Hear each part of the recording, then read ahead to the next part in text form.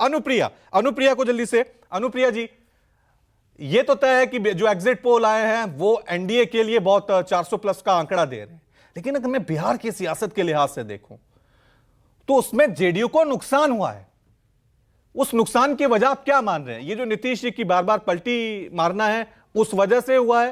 क्योंकि पिछली बार 1 सीट थी विपक्ष के पास, इस बार जो एग्जिट पोल है वो कह रहे हैं कि हां 6 से 7 सीटें विपक्षी पार्टियां हासिल कर सकती हैं, और नुकसान किसको है? जेडीयू को। रवि जी, मुझे लगता है कि इसका बेहतर जो जवाब है वो 4 जून को मिलेगा, क्योंकि ये एग्जिट पोल एग्जैक्ट पोल नहीं है। बिहार की जनता और आदरणीय प्रधानमंत्री मोदी जी जब चुनाव लड़ रहे थे और बिहार में जब रैलियां कर रहे थे, एक ही बात गूंज रहा था कि माननीय मुख्यमंत्री जी के कार्यकाल में किस तरह से बिहार समृद्ध हुआ है, बिहार में चौमुखी विकास हुई है और बिहार में सुशासन रही है।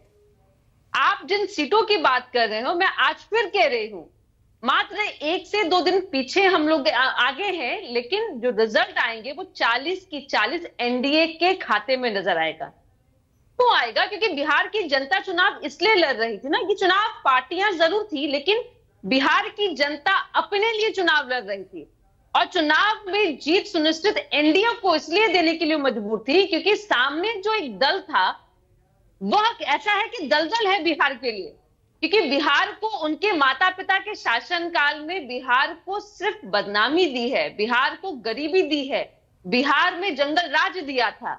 और जो आप कहेंगे महागठबंधन की बात, महागठबंधन था ही नहीं यहां पे।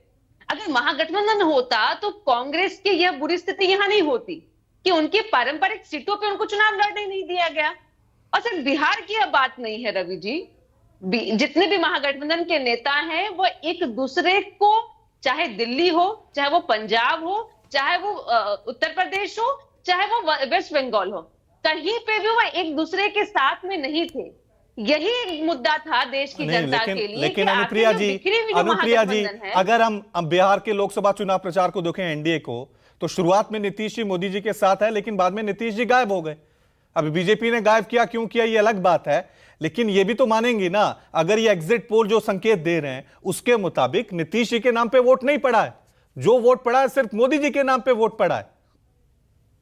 मुझे बहुत आश्चर्य हो रहा है रवि जी आपकी बातों को सुनकर के। आपने शायद प्रधानमंत्री मोदी जी के वक्तव्य को नहीं सुना होगा या अपने भाषण को नहीं सुना होगा कि मोदी जी ने क्या कहा। मोदी जी ने हर एक भाषण, और मुझे मैं चैलेंज करती हूँ, आप मुझे बता दीजिए कि जिस रैली में प्रधानमंत्री मोदी जी ने नीतीश कुमार जी की बात नहीं की, और आप जो बात अलग होने की बात कर रहे हैं, बिहार में जेडीयू और बीजेपी की सरकार है। जेडीयू एक पार्टी है जिसके राष्ट्रीय अध्यक्ष हमारे नीतीश कुमार जी हैं, तो हमारी पार्टी की भी रैलियां होनी थी, उसमें संबोधित कौन करता, उसका लीड कौन करता। तो इसलिए हमारी रैलियां अलग भी हुई, एकजुट भी हुई, लेकिन महागठबंधन, वही तो हम कह रहे हैं कि गठबंधन था, बीजेपी ने जितना कमिटमेंट था वो पूरा किया, जेडीयू अपना कमिटमेंट नहीं पूरा कर पा रही है, ये एग्जिट पोल कह रहे हैं, एग्जिट पोल कह रहे हैं।